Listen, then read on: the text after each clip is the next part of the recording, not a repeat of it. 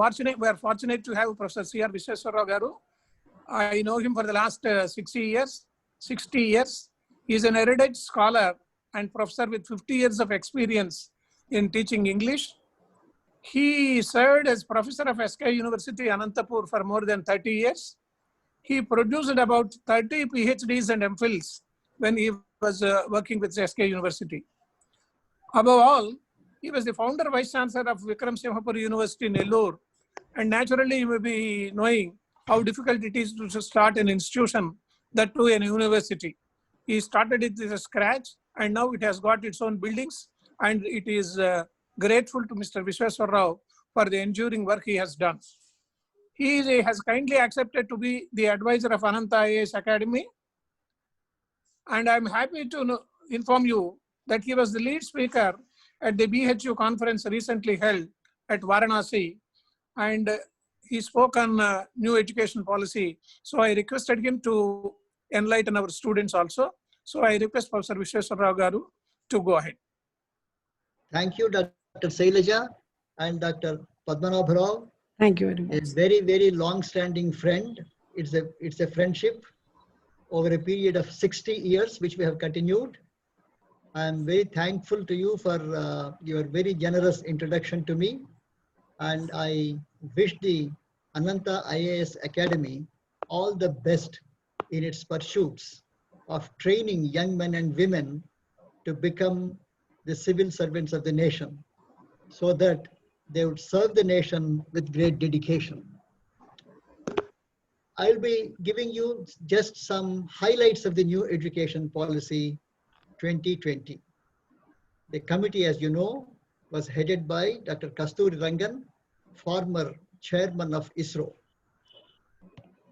I would start with a Chinese proverb, which says, if you are planning for a year, sow rice.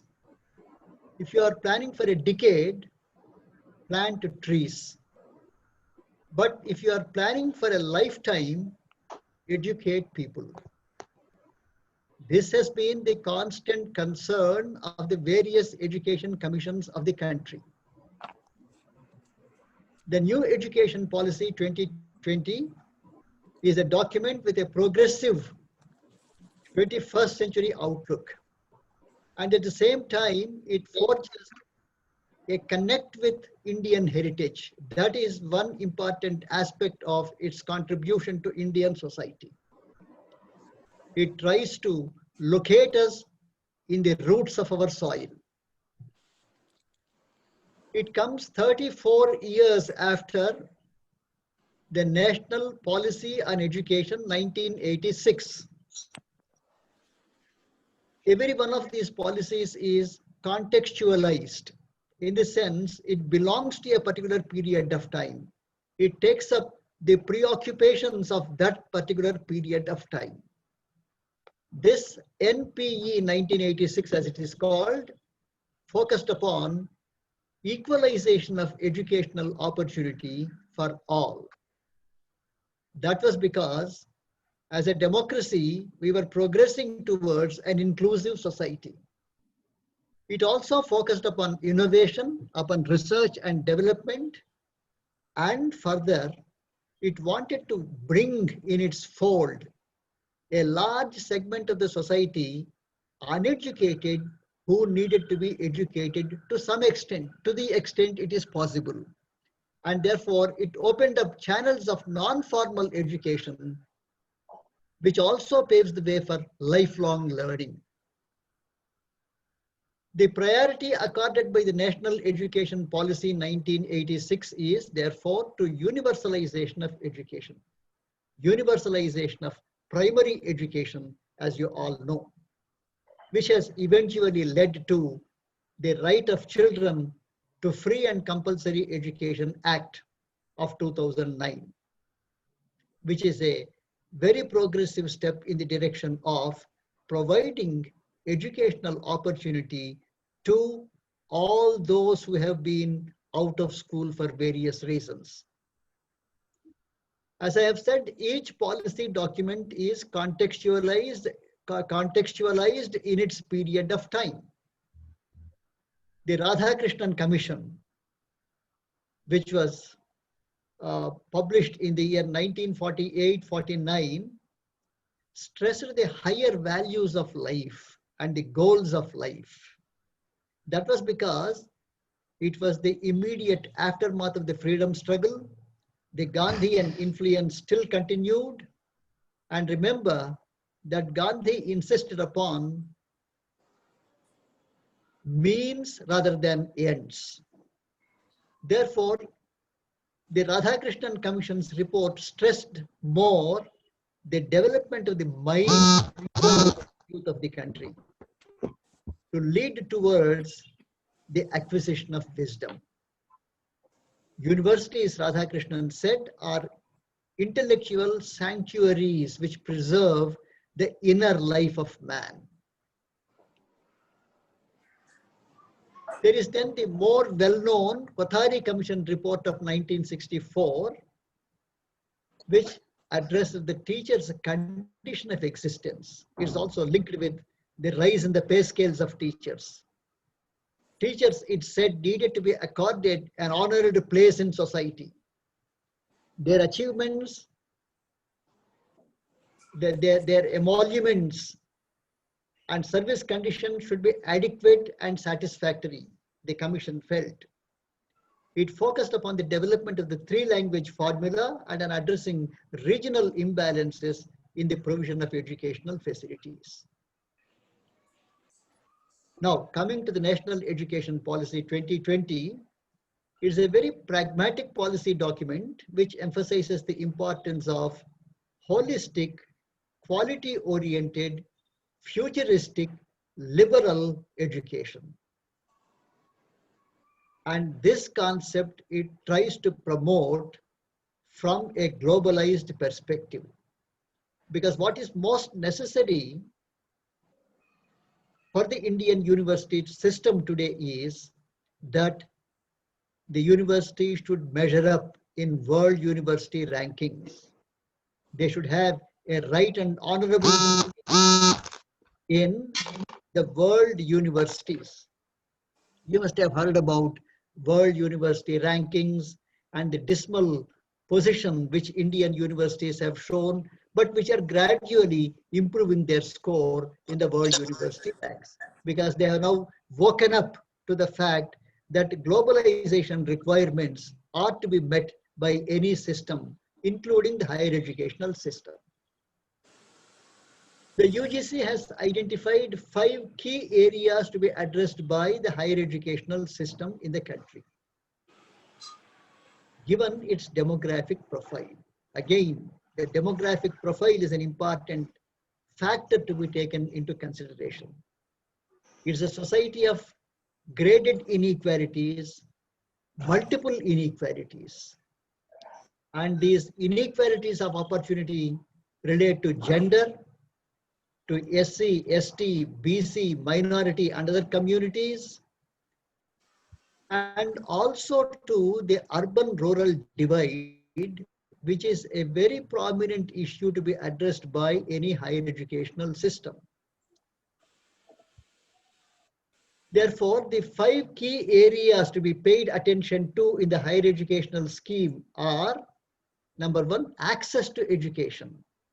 Widening of the access base to higher education.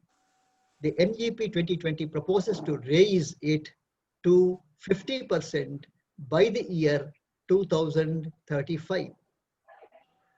And then the relevance of higher education, relevance from the point of view of the courses that are offered, their utility for the student, the way they are enabling factors for the development of the mind. Then there is the equality aspect of it, the quality aspect of it, and the pursuit of excellence aspect of it to be taken into consideration.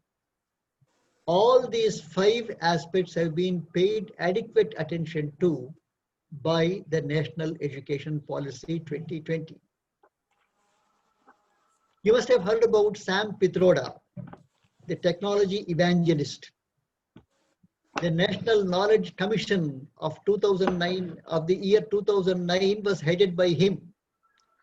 he identified 5 key areas for the growth of higher education. I'm trying to place before you the entire background, which would enable you to understand how contextualized this document is and what values are to be generated from a study of this document. The National Knowledge Commission of 2009 identified 5 key areas, and they are access, creation of concepts, that is one important criterion, application of knowledge, innovation, and then experimentation. These are the tools the National Knowledge Commission said by means of which the demographic dividend can be drawn upon, fully exploited, in order that the youth below the age of 25, about 55 crores in number, would be benefited. The National Knowledge Commission focused upon these aspects, which are also very important inputs for the national education policy. Further, you must have heard about the National Institutional Rankings Framework. And also, you must have heard about World University Rankings and some of the criteria of evaluation applied in those rankings. One important parameter of assessment of an institution in those rankings is what is called perception. When a graduate is turned out by an educational institution, what do the employers consider the training he has received at the institution to be like? What would the academia consider that training to be? How would the public evaluate it? How would the international community assess it? These are the criteria by means of which the perception of an educational institution is decided. All these contribute to the assessment of an educational institution. And the National Education Policy 2020 develops several policy initiatives and targets the all-round development of the student, his intellectual development, and also the infrastructural development of the institution. And further, it takes note of the proper financing of educational institutions. Towards this end of providing proper finances to higher education, it suggests that an allocation level to higher education should be of the order of 6% of the GDP. Of the total budget for higher education, again, the National Education Policy holds the view that at least 2% should be earmarked for research and innovation. The startup culture is fast picking up. That is one source of national productivity, and that should be encouraged. And so quality research, fundamental to international benchmarking of institutions, the raising of the quality of teaching, the raising of the quality of mind of the student, all these are necessary in the quest for proceeding towards excellence and in higher education and internationalization of higher education. The National Education Policy also envisages streamlined development of the education sector from the KG level to the PG level and beyond.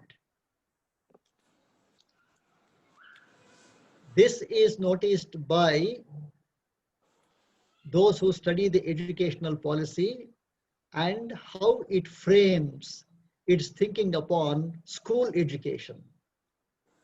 The curricular and pedagogical structure it suggests for school education will be guided by, you may all be knowing by now, the 5+3+3+4 pattern. The Kothari Commission gave us the 10 plus 2 plus 3 pattern. And that pattern is to be replaced now by the 5 plus 3 plus 3 plus 4 pattern, where the student starts at the play school level at plus 3 years of age. That is the preschool level, which covers grades 1 and 2 as well. Then there are the preparatory grades, then the middle grades, and finally the high school grades, which are from the 9th class to the 12th class phases. The National Education Policy's attention on school education is very important for a variety of reasons. It has raised a particular debate, the debate relating to the mother tongue and the other tongue. It pointed out that school education till the 5th class level, if not till the 8th class level, should be in the medium of the mother tongue, so that children have a better learning experience. This is based upon certain statistical data. But then we also need to take into consideration the fact of the parents' aspiration for their children. The parents are aware of the fact that the epicenter of world languages is English.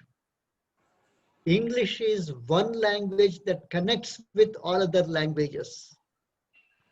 It's a language that is an interconnecting medium among languages, and therefore occupies a pivotal position in the world language system. And so governments have to reconcile the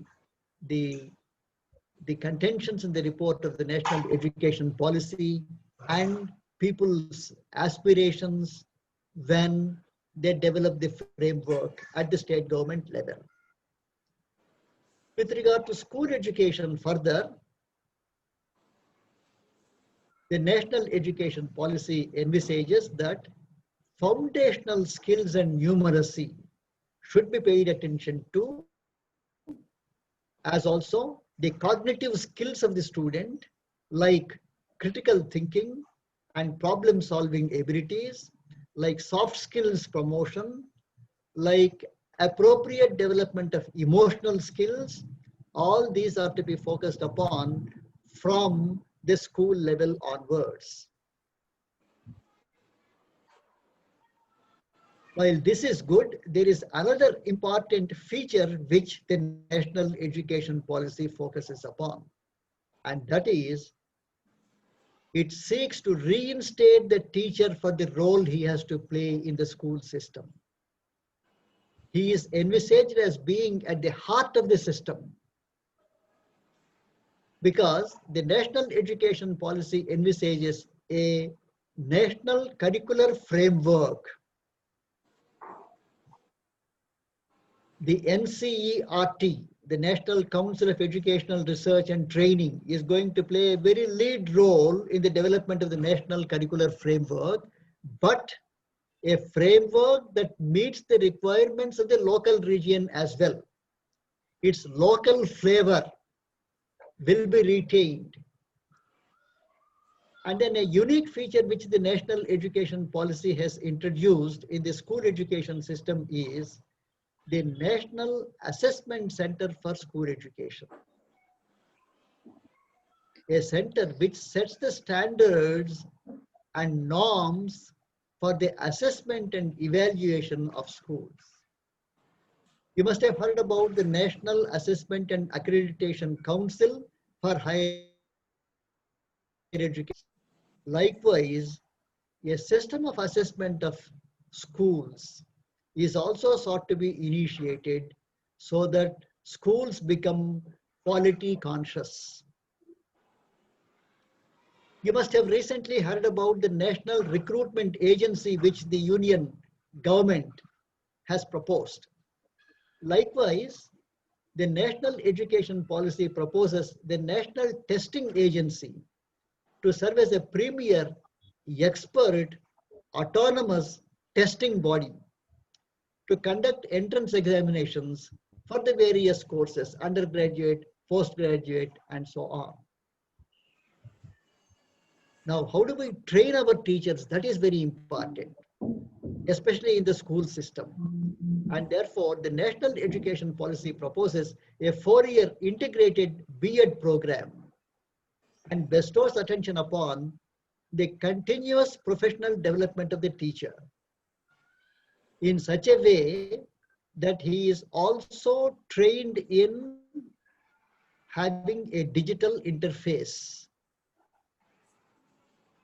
Please remember that perform, reform, and transform, and Digital India and Sakshar Bharat are the objectives of the nation.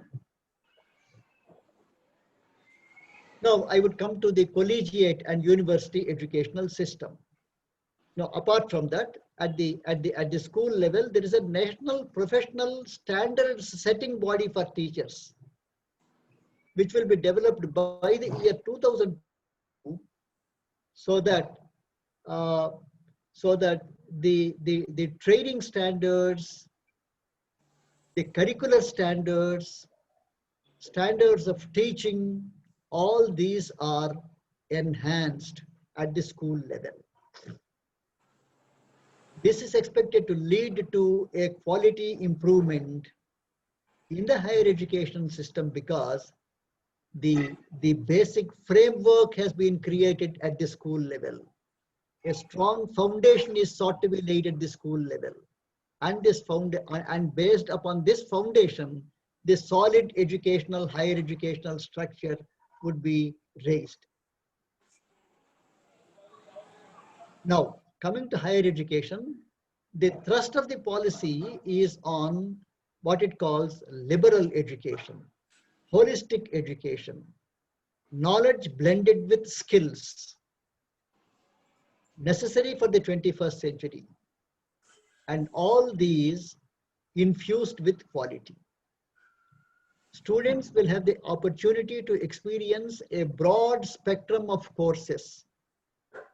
They do a major in a particular subject, but then along with doing a major, they can acquire a number of skill-oriented courses, a number of courses of general interest, philosophically oriented, so much so that their holistic development is taken care of by the educational system. The student would therefore meander into many streams of knowledge. That is one mode of enabling him to discover his identity. You must have heard about the STEM curriculum. That is science, technology, engineering, and mathematics curriculum. It's a curriculum based on the idea of educating students in 4 specific disciplines, but at the same time, the process of STEM learning initiatives involves connecting employers and educators, bridging the gap between today's learners and tomorrow's careers which they would be occupying. That is one important direction in which the national education policy moves. Now, the National Education Policy 2020 places before us an interdisciplinary platform that helps students to connect with a variety of disciplines, to integrate knowledge and apply it in current and future world scenarios. With greater interdisciplinarity being witnessed, please take note of the fact that subjects like chemistry, botany, and other things will have to make the way for interdisciplinary subjects like life sciences, biosciences, marine biology, and so on. So the question on the part of the student and the educational system is, what are we learning? To what end are we learning whatever we are learning? These are the questions that are to be probed by those pursuing this system, the teacher and the taught, both of them. For this approach, a further strengthening feature is the provision of the digital interface. This digital interface will provide for the system several features of self-learning, online tutorials, active interface with the teacher, so that coaching centers will have no utility. Another feature built into this system is learn at your own pace. Mind you, I have spoken about self-learning. There is one Delors who has spoken about learning the treasures within. He has spoken about self-learning.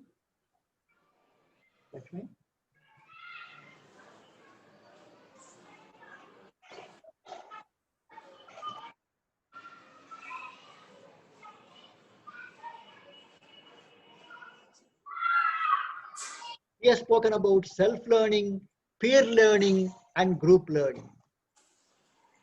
The National Education Policy has identified and addressed, therefore, some important gaps in the higher educational system. They are rigid separation of disciplines, botany, zoology, chemistry. Mind you, the Nobel in economics was obtained by a mathematician. Nobels in biological sciences go to people whose basic orientation is chemistry. And therefore, it identifies that rigid separation of disciplines is an issue that ought to be addressed. Then there is suboptimal governance of higher educational issues. New governance structures have to be sort of, new modes of thinking at and protecting the autonomy of higher educational institutions will have to be envisaged. That is the objective of the policy. And thirdly, the teacher is a very important unit of the higher educational system, and therefore it noticed that there is a lack of mechanism for creating motivated, energized, committed faculty in higher educational institutions. And as we all know, lack of emphasis on research and adequate research funding. Along with all these, there is yet another very important systemic defect in the higher educational structure, and that is a large unwieldy affiliating system. There are universities with 800 affiliated colleges attached to them. This large unwieldy affiliation has become counterproductive to the turning out of employable graduates. One major recommendation, therefore, comes forth from the National Education Policy that institutions of higher education should be divided into 3 categories: types 1, types 2, type 2, and type 3. And they are, and of course, these are so divided that there is no rigid compartmentalization. A type 3 institution can grow into becoming a type 2 institution or a type 1 institution.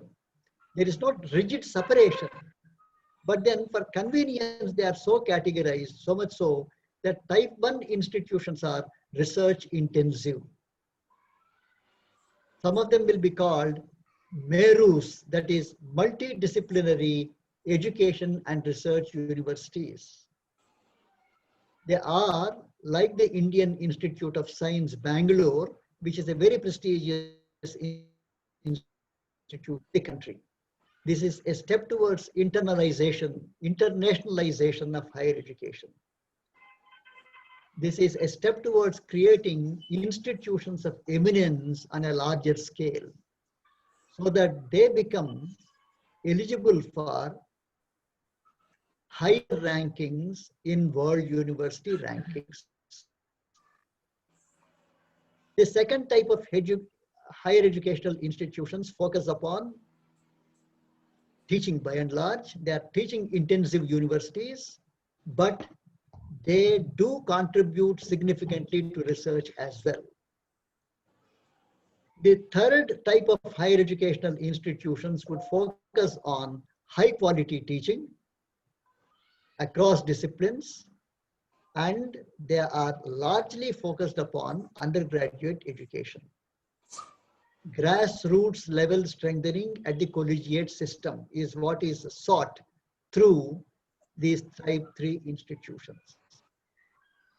And these institutions are proposed to be, because equality of opportunity has to be provided, inclusiveness has to be addressed, and therefore the national education policy also proposes that this institution should be properly demographically distributed across various areas of the nation. What is proposed therefore through type 3 institutions is autonomous degree granting higher educational institutions, primarily focused upon undergraduate teaching. Now, the phasing out of the affiliation system is expected to take place within 15 years. Remember that there are now about 45,000 affiliated colleges, and these 45,000 affiliated colleges would be reduced to about 15,000. That does not mean that they are going to be closed down. They may form themselves into a cluster. 3 or 4 of the institutions may form themselves into a cluster and make it to become an autonomous degree granting institution. Why should the affiliating system be phased out at all? That may be the question before a large number of people. The idea may not be palatable to us, but then the fact we must acknowledge is that the affiliating system has become so unwieldy that even the National Assessment and Accreditation Council has not been able to persuade them to meet its deadlines regarding joining the quality assurance club, as it were. This is a radical reform which the national education policy has proposed. We know that universities, given this large system, have no hold on the affiliating system. Lack of infrastructure, lack of well-qualified faculty, lack of a sound recruitment policy, lack of quality consciousness. These are the various ills that haunt the affiliating system. And therefore, the national education policy has proposed a scheme of things whereby it would either by clubbing together institutions or by converting some of them into vocational institutes, reduce the number of affiliated colleges into 15,000 functional, autonomous, degree awarding institutions. That is one major recommendation. But then we come across a paradox here. In any process of development, there are certain paradoxes to address. The first paradox in a development initiative is infrastructure. Can infrastructure be created at par with the development projects we have in mind? The aim is to increase the gross enrollment ratio to 50% by 2035. The present gross enrollment ratio is 26.3% for both vocational education and higher education. The target is very specific. If the HEIs are to be clubbed together, if some of the educational institutions have to convert themselves into vocational institutes, then is it possible for us to meet the gross enrollment ratio requirement of 50% by the year 2035? That is one major question that the higher educational system in the states and at the central level will have to address in the process of implementing the national education policy recommendations. Now, how to infuse energy into the system, how to make the teachers more motivated and energized, how to impart world-class pedagogy to the student. In the first place, coming to a very basic question, how to address the question of faculty shortages.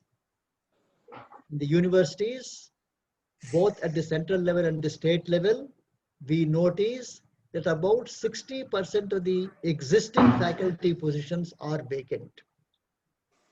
And there's a crying demand from universities that more and more faculty positions need to be created to make universities more research intensive. So under this system, how do we infuse quality into the system, and how do we address the question of faculty shortages? Faculty shortages can be addressed by an education technology resource intensive system that will be put in operation by the national education policy. The IT sector, take for example the IT sector. In the IT sector, we notice that there is a constancy of learning. Without acquiring new skills to meet the fast changing IT scenarios, retention in employment is a very difficult thing. Our teachers will surely understand the significance of a compound word, a hyphenated word, which NAAC, National Assessment and Accreditation Council, has placed before us, and that is teaching hyphen learning. Teaching involves a process of learning, a process of lifelong learning, which is paid adequate attention to by the national education policy. Plans for relocation, for remapping of the terrains of knowledge and skills, and training the faculty in relevant vocational disciplines will be the order of the day. Planning this academic rehabilitation and planning employment guaranteed professional development, these are subjects which are very important, very difficult to meet unless there is a great commitment on the part of the entire system to implement these. What exactly is the philosophical frame behind this concept called liberal education? I may address this question now. Is it a very new idea, or was this idea proposed earlier? To my knowledge, in the 17th century, Milton, the poet, who was a shining example of encyclopedic learning, started a school where his objective was to give his students comprehensive learning, knowledge of the integration of the circle of the sciences and the circle of the arts. In the 19th century, in the mid-19th century, there was Cardinal Newman, who came forward with his idea of a university. And Cardinal Newman said, the end of university education is a comprehensive view of truth in all its branches and of the relation of science to science, interdisciplinarity rather. Newman's point is that university should be open to teaching anything that is knowable. All branches of knowledge, he says, are implicitly the subject matter of a university's teaching. It is this concept of liberal education which the national education policy seeks to promote. Now, the student has a lot of freedom to do some freelancing. He is admitted to a particular university in a particular course. and from there,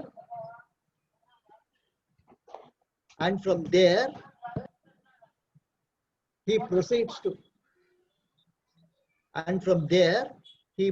to, um, another institution or an online platform to acquire certain new skills. Now,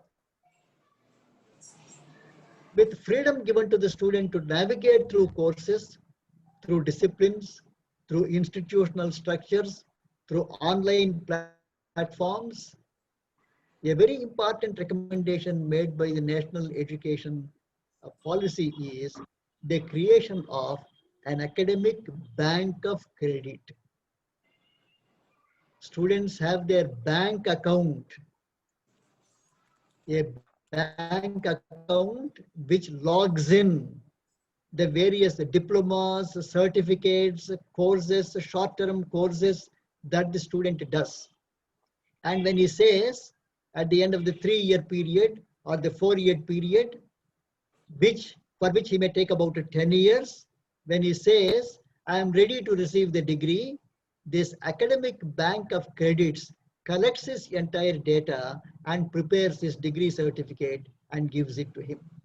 That is one important aspect of the national education policy.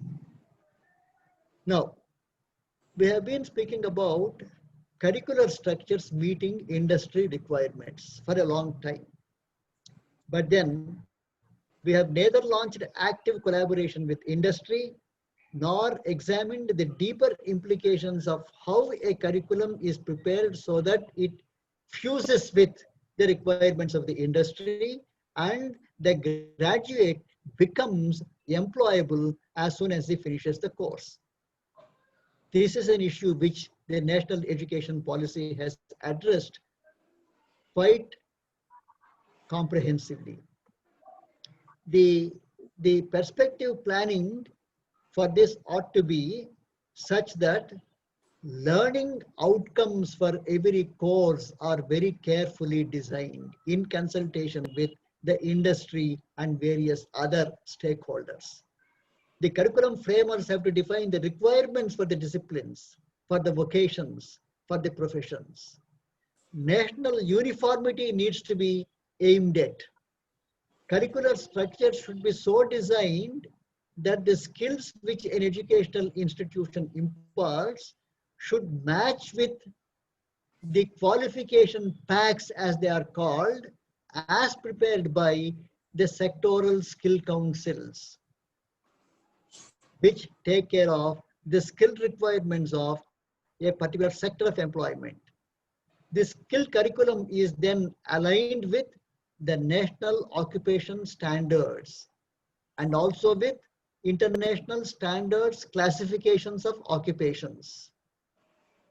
Thus, a national committee for the integration of vocational education may also come into the picture in designing the skill-oriented courses to be offered by these educational institutions.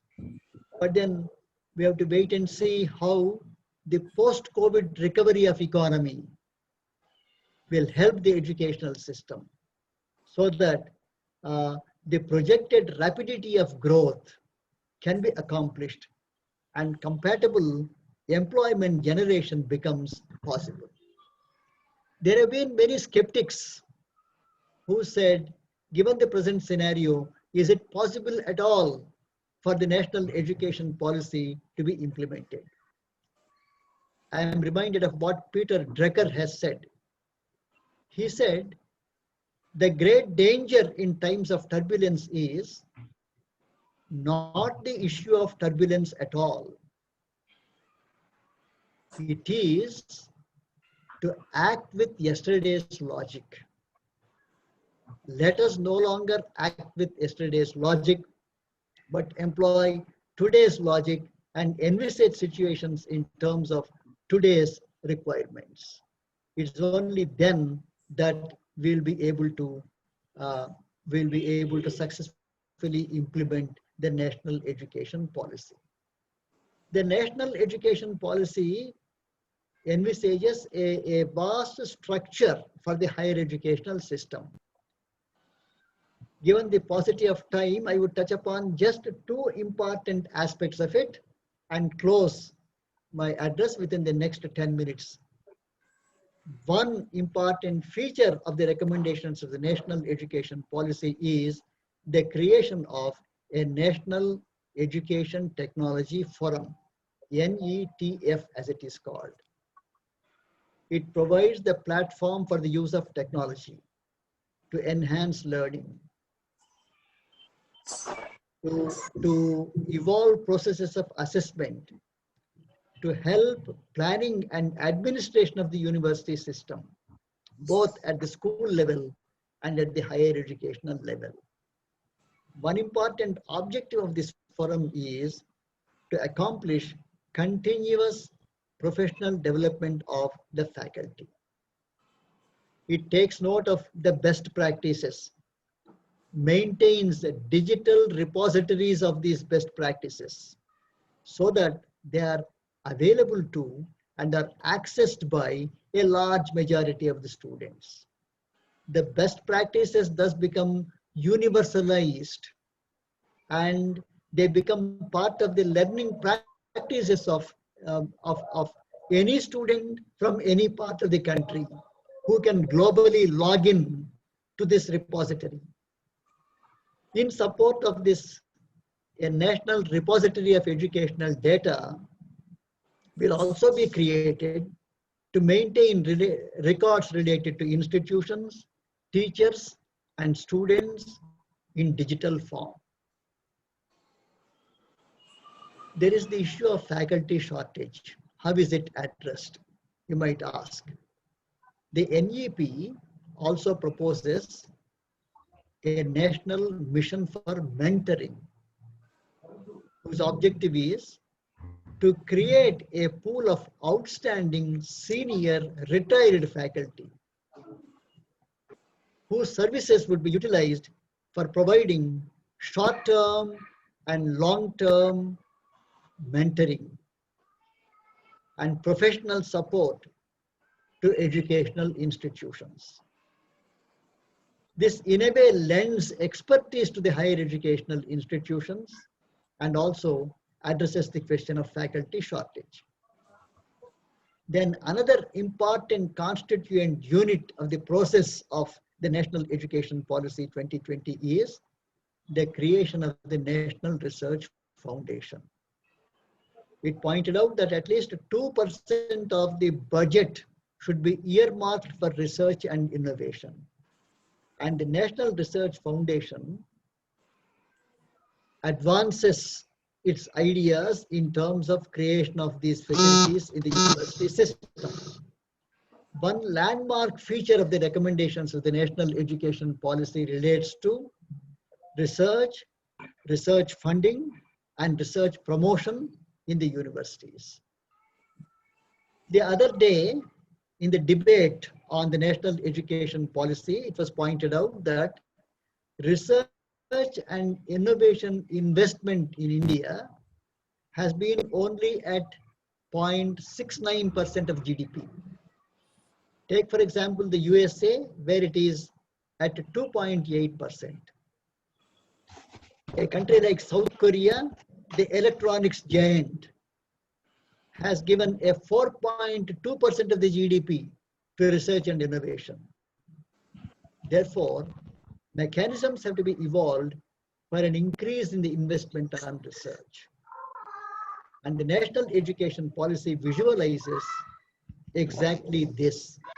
And towards this end, it proposes the idea of a networking of institutions, a clustering of working out of collaborations among institutions within the country and collaborations with institutions outside the country. Collaboration is an important feature of research. Another objective is to provide mentoring support to various universities. The original 2019 proposal of the National Education Policy envisaged that year after year, 500 postdoctoral fellows should be created by this body. And it would be really good if these 500 postdoctoral fellows are sent to the various universities where research is on the lower side. And they are enabled to establish laboratories with the support of the National Research Foundation, so that they become nuclear points of quality. They promote interdisciplinary pursuits. Friends, thank you for giving me the opportunity to speak to you. There are certain other important features of the national education policy, and one more important feature is a very comprehensive outlook which it has developed on Indian culture, Indian art forms, Indian literatures, and Indian heritage. How do we envisage the idea of the incredible India? That is one question this document addresses. And it says that language is a means by which we see the world, see within inverted commas. And therefore, it should be paid adequate attention to. I do not have time to dwell on this. Otherwise, this is a very important topic by itself. And the recommendations of the National Education Policy on this topic are really valuable for people like Dr. Padmanabh Rao and me. Thank you for giving me this opportunity. And thank you, Ananta IAS Academy, for enabling me to interact with your students. Thank you very much.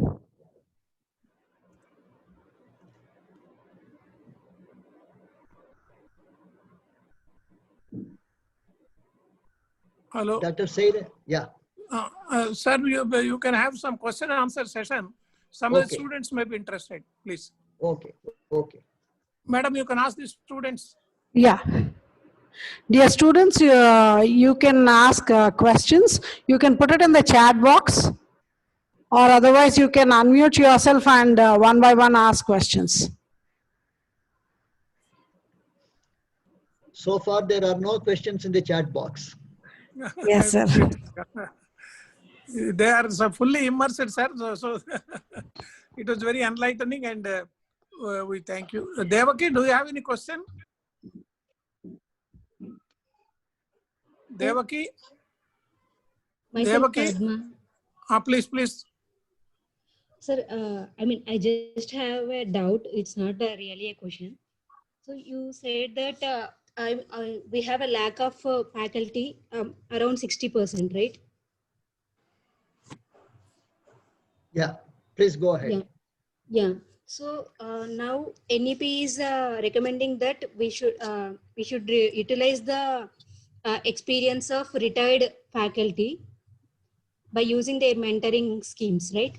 Yes. So yeah, so instead of 60%, we can recruit. I mean, NEP can recruit the new faculty, right? At least for up to some percentage, like 30 to 40%. Then 20% can be utilized, retired faculty. Why the NEP is trying to use only the retired faculty?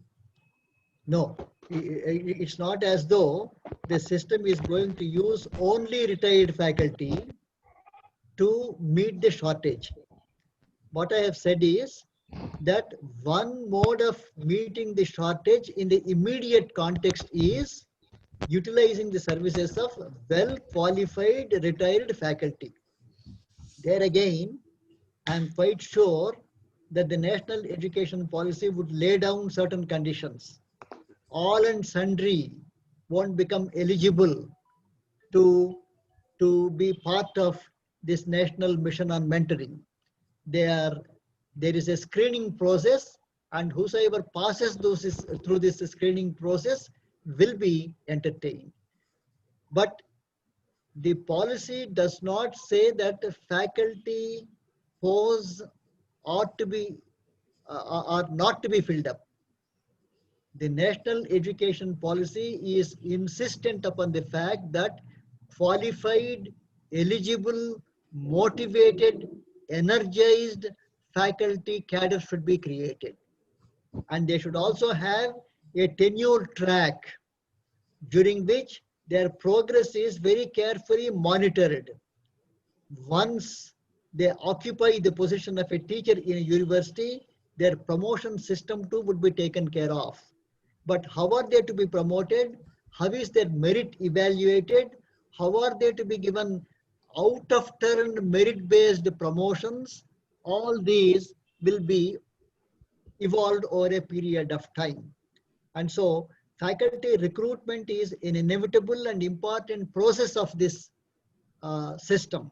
And faculty recruitment norms will be so designed that very well qualified, suitable, motivated teachers would alone join the system and would strengthen the system through their teaching, through their research preoccupations.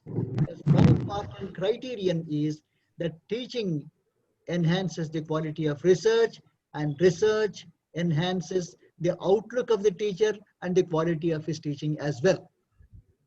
Am Okay, I sir. clear? Yes, sir. Thank you. Thank you very Thank you much. for a good question. You have Yes, sir. a doubt which many young people have. Yeah. They have a feeling that probably this national mission for mentoring is there to usurp them of their due. No, no such plan is envisaged. Lakshmi Sarita has a question, sir. What are the main demerits in this policy? Can you please explain? Main demerits in this policy. Yeah, yeah. Uh,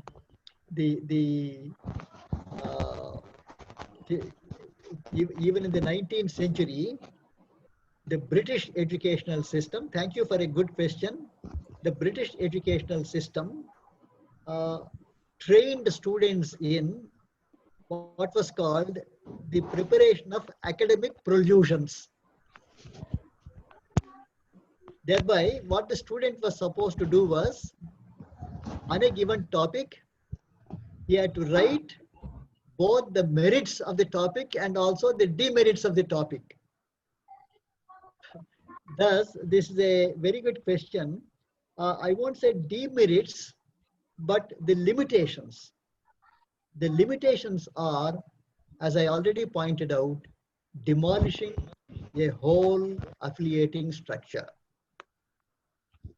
Second thing, what people consider a demerit of this is, all right, you are going to teach skills, but then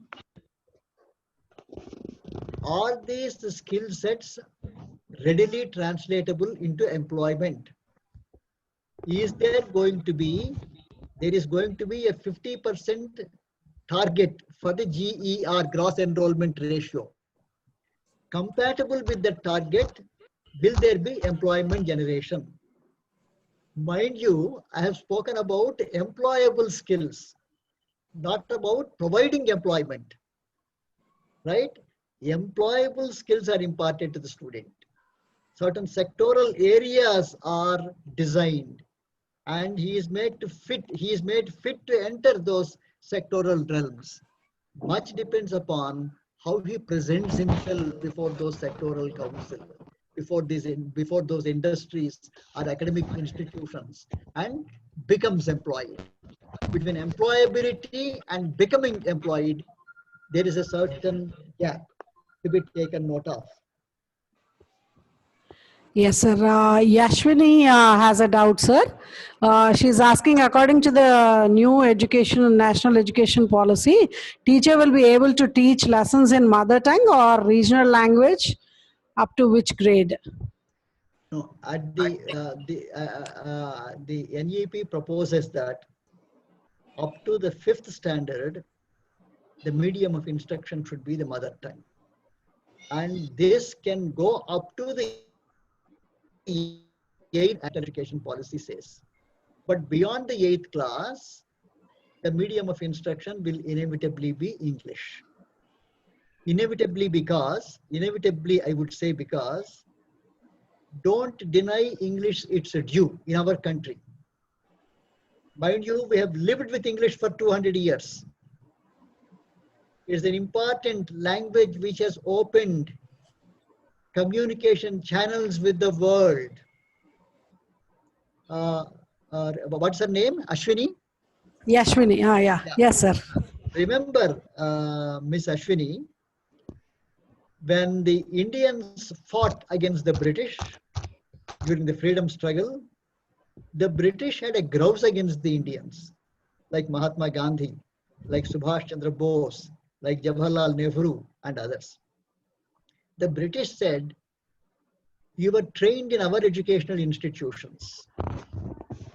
You have imbibed our constitutional values, and you are making use of our constitutional values as a stick to beat us with. This they called the treason of the clerks. We have trained you to be clerks, and you have not only become clerks, but you have also rebelled against us. So this kind of, English, and again, when it comes to curriculum, supposing you have the curriculum devised by the Telugu Academy or some agency which has been which is entrusted with the task by a particular state government. Within the country, there are so many languages. So each state would become its own boundary. And then in the mother tongue, how many textbooks can be created on a particular topic? Please note that each textbook opens the window onto the world in a particular manner. It presents a perspective. It presents a critical outlook. It presents a creative approach to the subject matter, all unique to itself.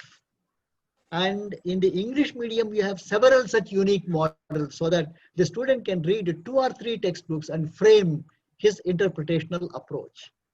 Whereas the chances for him to do so in the mother tongue are somewhat limited.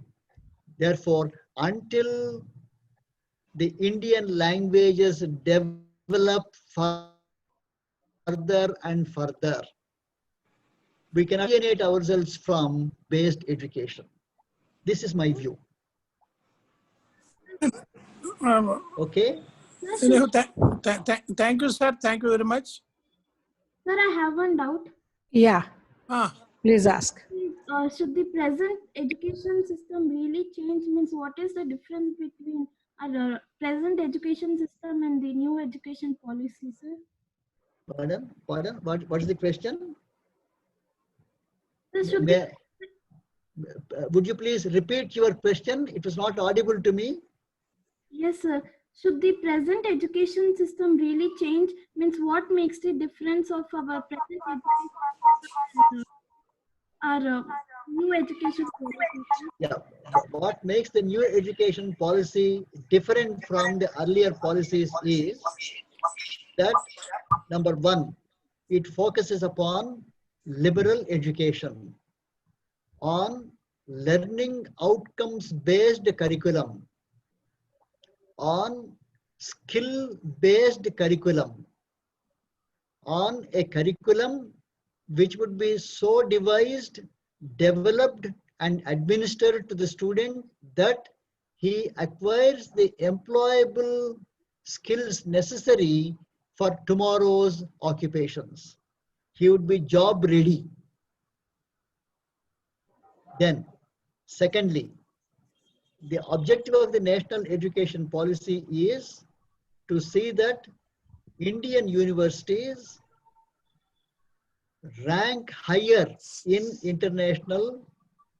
international arena. Towards that end, it aims at strengthening research in the university system. Thirdly, it has created what is called the National Educational Technology Forum, whereby considerable importance is given to pedagogy, modes of teaching, so that the student's learning experience is far enhanced. He is exposed to a variety of voices, a variety of interpretations, a variety of approaches to the same subject. I don't know whether you heard Yash Paul or not, about 10 years ago or 8 years ago, Professor Yash Paul used to speak on the Doordarshan network on some science topics. He used to give excellent illustrative exposition of a given topic. A repository would be maintained of such best practices. The student will have access for them. And so his own experience of learning becomes enriched. Moreover, technology provides for him a self-learning platform. Through self-learning, through group learning, through peer learning, his learning experience gets enriched.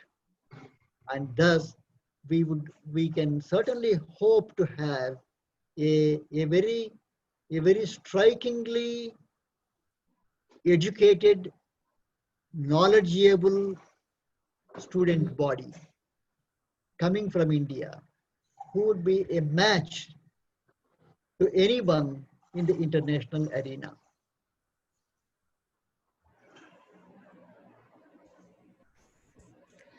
Thank you very much, sir, for answering the questions. We are really honored to have you here, sir, to give us a detailed explanation about the new national education policy.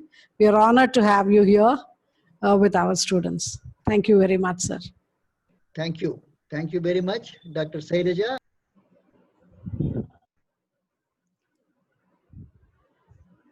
Thank you very much, sir.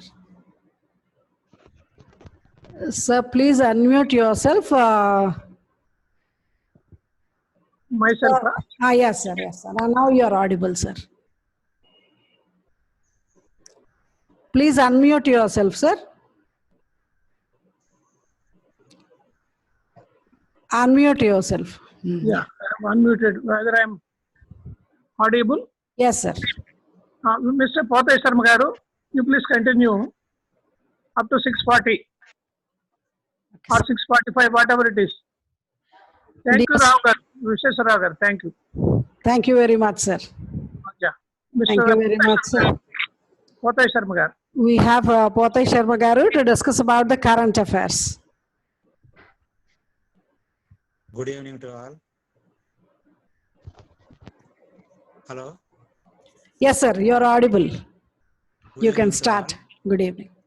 So today we selected science and technology Yes, sir. in the context of civils examination prelims.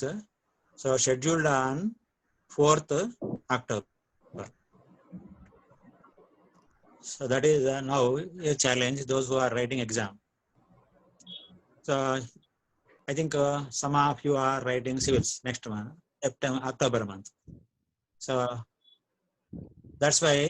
So today's lecture is focused on science and technology in a general studies paper or current affairs. So science and technology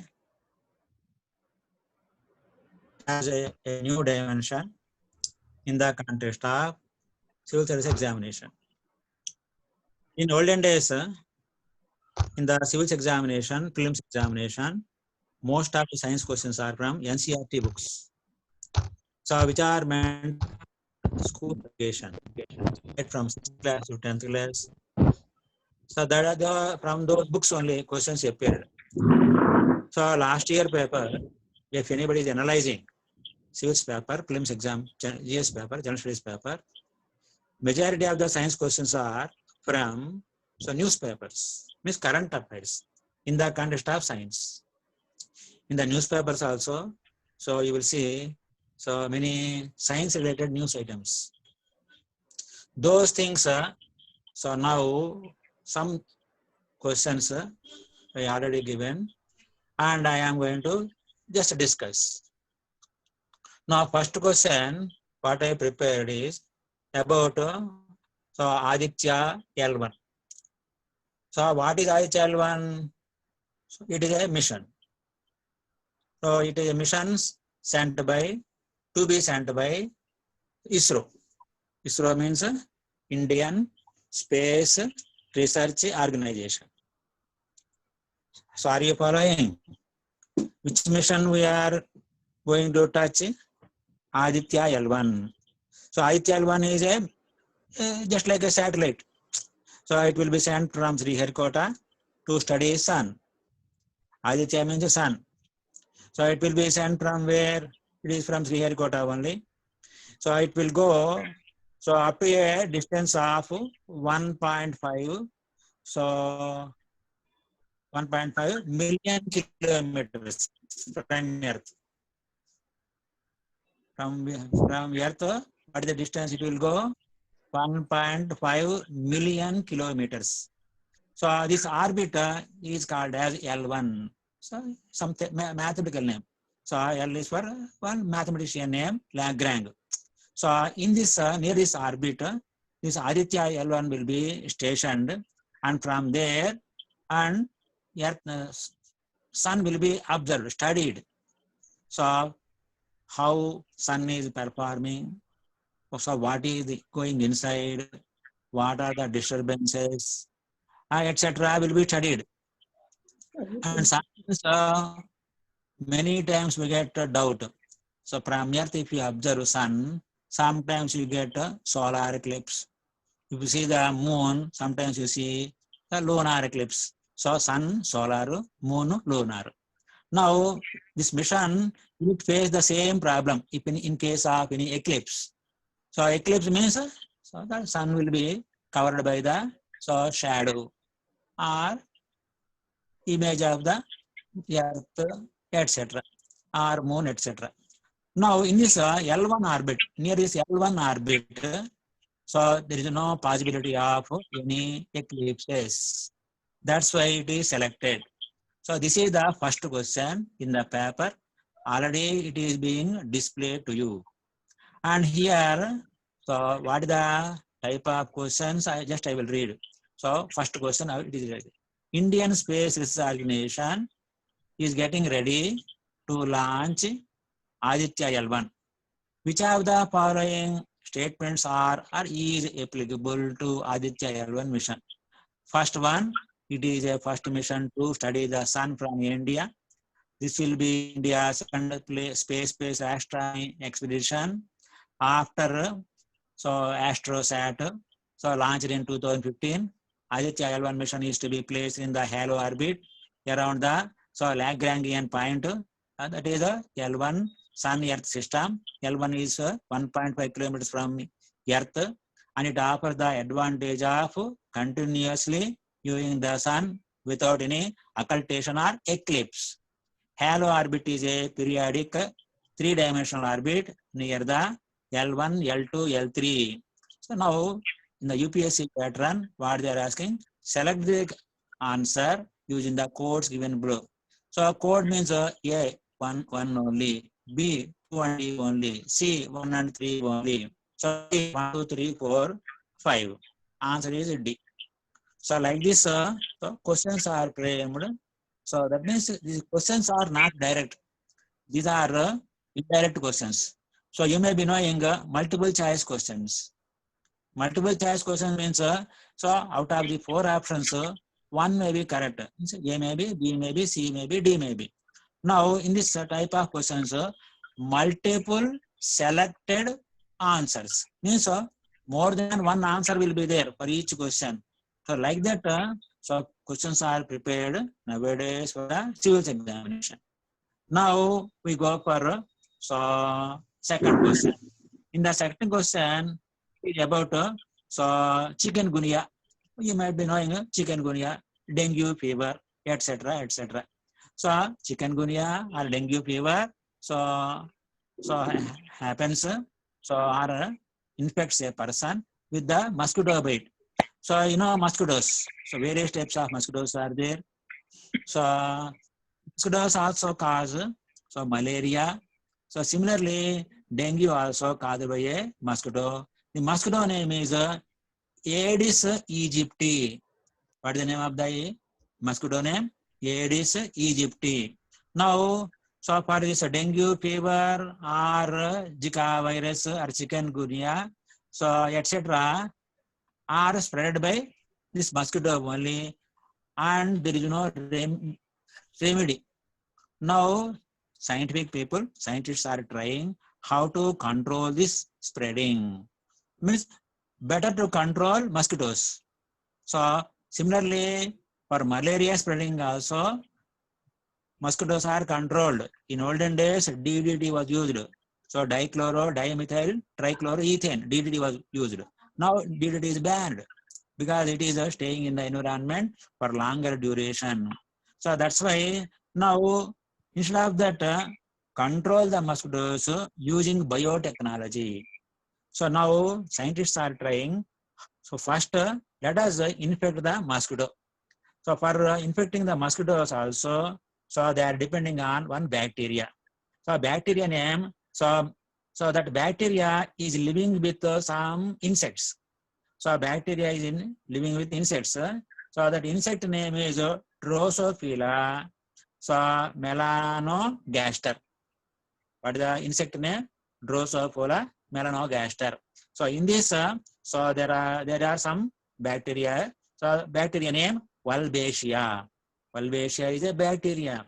So, but this bacteria is already in the insect. Now this is taken and it is being infected and inserted into this mosquito. Mosquito name is the Aedes aegypti. Now, so what is the advantage? Now, these mosquitoes are so getting so they are getting children, means next generation mosquitoes. So now because of this infection, Wolbachia, now they cannot produce. That is, sterile eggs are produced. That means the Aedes aegypti, next generation will not be there. Thereby, dengue fever can be controlled.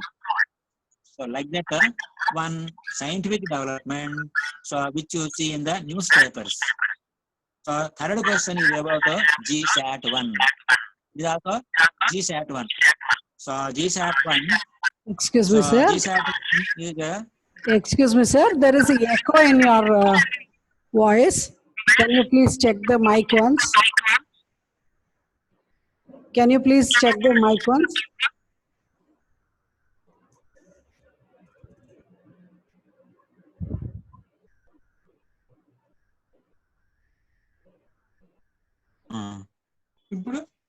Yeah. Are you able to hear?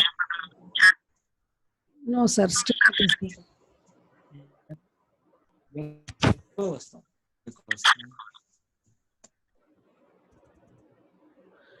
Hello. Hello. It is okay. Yes, sir.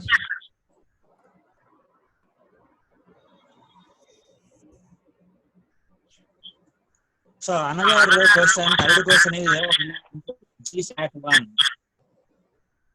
Hello. Third question is related to GSAT-1. It's okay.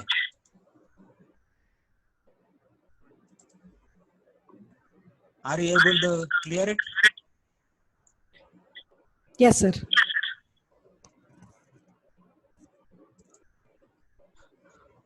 So it is about the GSAT-1. So GSAT imaging satellite. Geo imaging satellite. So it will be the 8th flight indigenously developed using the cryogenic engine.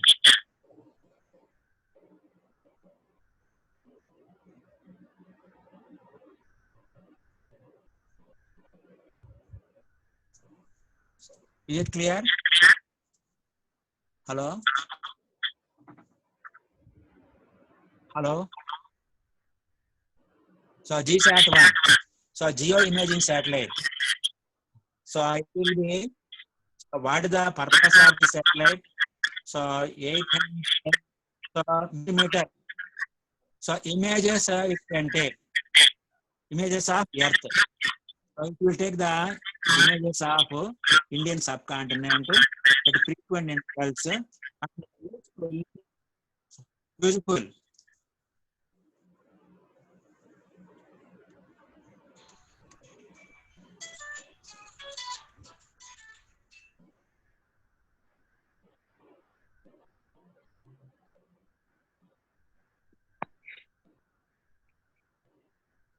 Hello?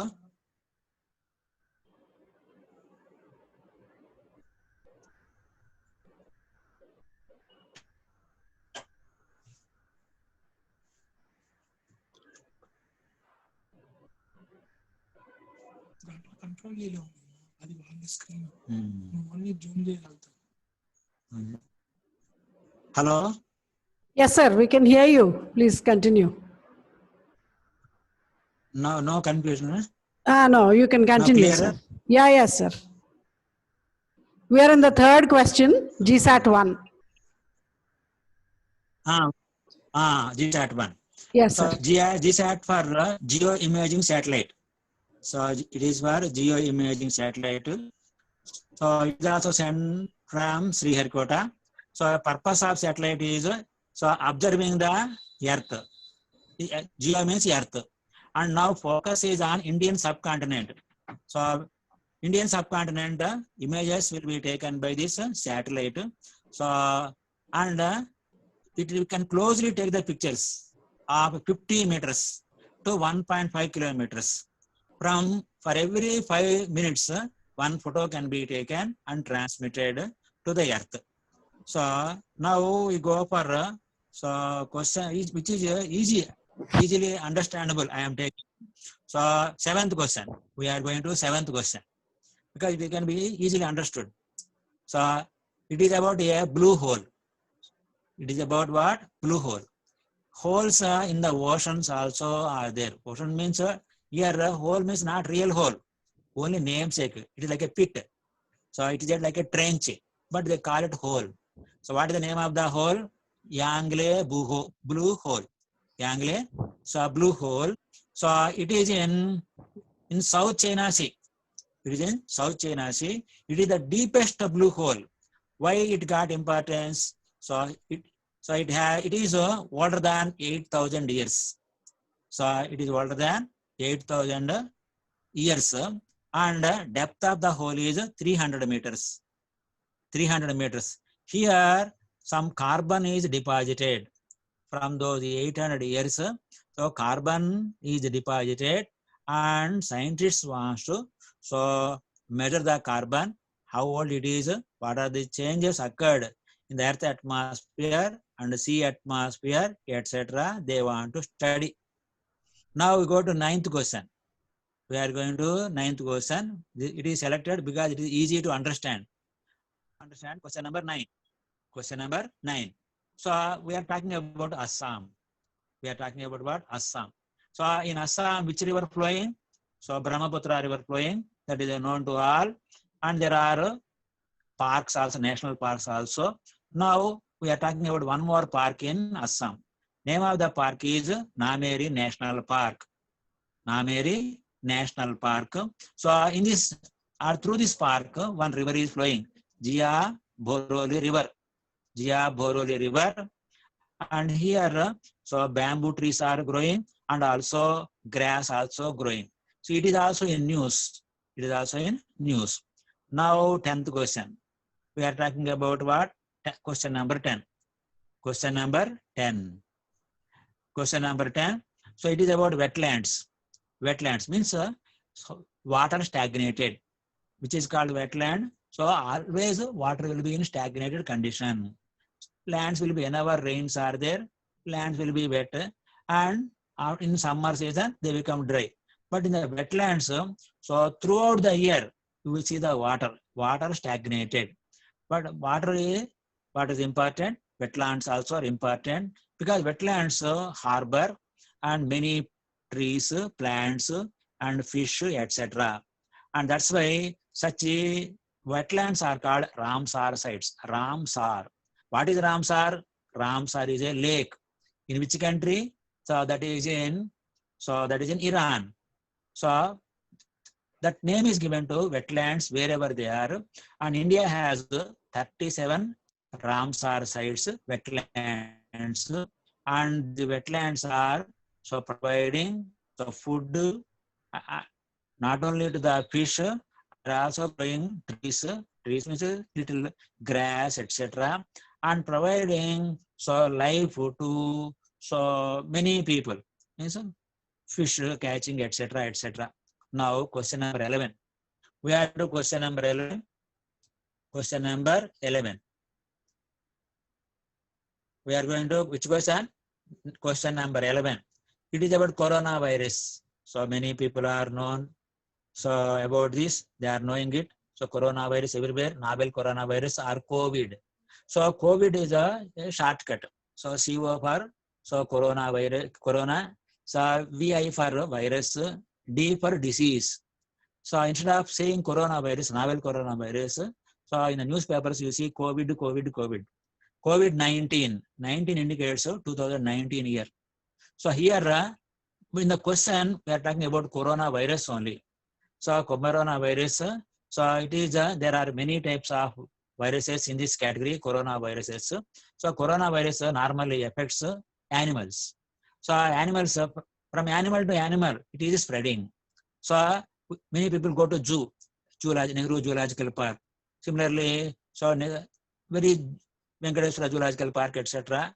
And Visakhapatnam also Zoological Park. Zoo means animals. So this coronavirus also spreading from animal to animal.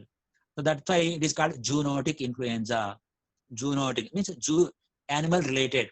But now coronavirus is also spreading from animals to animals and from human beings to human beings. Human beings are called mammals because we are growing by taking milk from the mother, mammals. So now it is observed. So from human beings to human beings also, it is also spreading. Now, so before coronavirus also, there is a disease called SARS. So severe acute respiratory syndrome coronavirus. And one more disease, MERS, Middle East respiratory coronavirus. Now present thing is coronavirus 2019, shortly called as 2019. So like this, question number 12. So and question number 12 also. So it is about coronavirus, how it is spreading. So what the medicine? Up to now, so for proper treatment, so there is no medicine. Only prevention is only available. That is official. We are talking officially. So exactness is not there. So even vaccines also not available. Vaccines are to prevent the disease. At present, so scientists are trying to bring out a vaccine. So preventive vaccine we are so developing. So now control. Once it is not affecting, we can control it. So by proper sanitation, frequent washing with soap, washing the hands with soap and disinfectants for every 20 seconds, at least 20 seconds, using the appropriate mask, etc. So simply it is called as SMS. So SMS means in phones, that short messaging service. Now for coronavirus, SMS has a new definition. So first S for, that is social distancing. So M for mask. So last S is for sanitization. So now SMS stands for social distancing, mask and sanitation. So the same thing is discussed in the question. So that is question number. So which question we are talking? So that is question number 12. So question number 11 and question number 12 both relating to. So this is which one? COVID, coronavirus. Now we go to question number 14. We are going to which question? Question number 14. It is about Indian Science Congress. Indian Science Congress. Every year in the month of January, Indian Science Congress is conducted. Congress, Indian National Congress, Sonia Gandhi, etc. Now in this Congress, only scientists participate. For inauguration, people are invited, ministers are invited, political people are invited, But discussions, so main discussions will be with scientists. So Indian scientists and foreign scientists attend the meeting. And in January 2020, Indian Science Congress meeting is conducted in Bangalore in the month of January. So this meeting number 107. So the Science Congress started even before independence of India, and it is continuing. And this year, so where is the venue? Bangalore. And what is the theme of this year? Meeting science and technology for rural development. So what is the theme of this year? And science and technology for rural development. So rural development. So similarly, question number 15. So question number 15.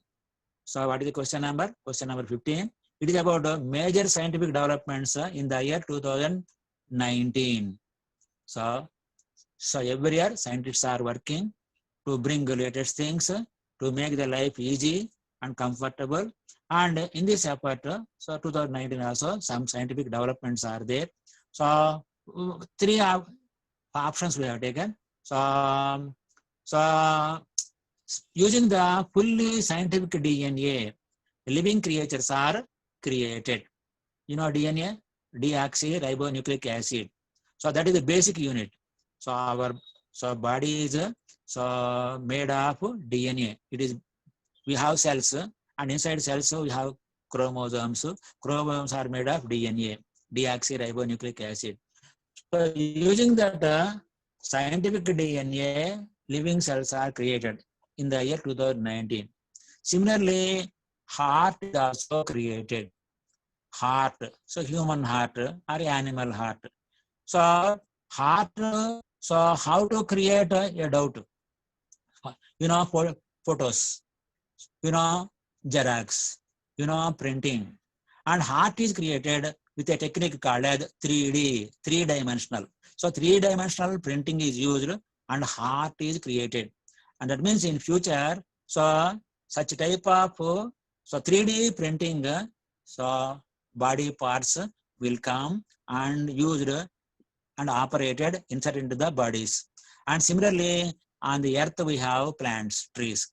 Similarly, why can't we grow plants on moon? A doubt is coming. Now scientists attempted to grow the plants on the moon, but it is not exactly plants, only sprouts. So what is sprout? You know, seeds. So seeds, rice seeds, wheat seeds, so moong dal seeds, etc. So if you soak them in the water for 1 or 2 days, so small sprouts will be coming. So that is made possible even on moon. These are achievements, scientific achievements in the year 2019. So next question number 16.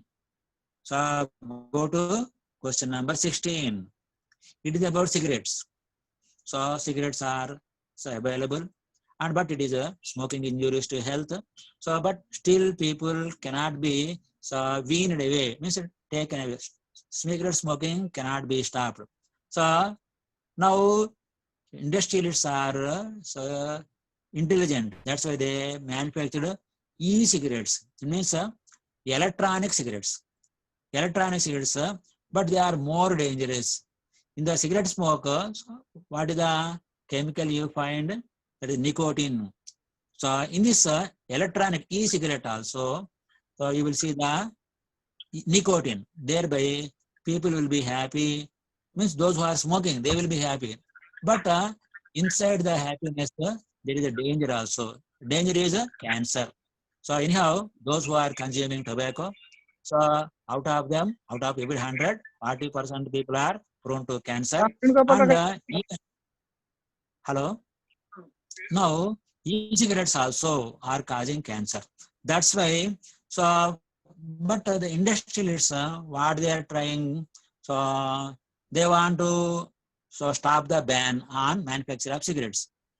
So what is the excuse they are taking? So those who are growing tobacco, they will be out of employment, so they will not have any food. So that's why they are trying to attract the tobacco farmers. So in the name of tobacco farmers and agriculture sector production, so industrialists are trying to continue the growing of tobacco. That is also in news. So now we go to So question number 18. So, question number 18. It is about pesticides. Shall It is we about end the session, sir? We are already, it's already 6:45. Okay. Yeah, Okay. we will be, Okay, dear, okay. yes, sir, Okay. yes, sir. Thank you very much, sir. Dear students, Thank you. yeah, dear students, we will be sharing these questions in our website.